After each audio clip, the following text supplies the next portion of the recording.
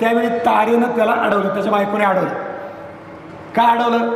त्यावेळेस ती बोलते ते शब्द महत्त्वाचे. ती म्हणती, धनी, मी थोड्या वेगळ्या भाषेत बोलतो, मालक, यजमान, अहो तुम्ही युद्धाला जाऊ नका, कारण कालसुद्धा जो पराभूत होऊन तुमच्याबरोबर युद्ध करून पळून गेला तो सुग्रीव आज पुन्हा आलाय. म्हणजे जो निर्बळ आहे तो पुन्हा तुम्हाला युद्धाला पाचारण करतोय. याचा अर्थ असा आहे की त्याच्या मागे कोणीतरी बलवान पुरुष उभारलेला आहे, तुम्ही युद्धाला जाऊ नका.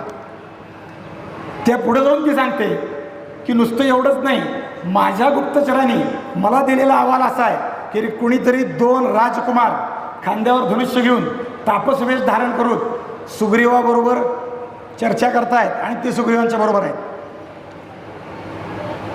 मला सांगण्याचा हेतू असा आहे की हे ज्ञान तारेला कसं काय आहे? तारेला हे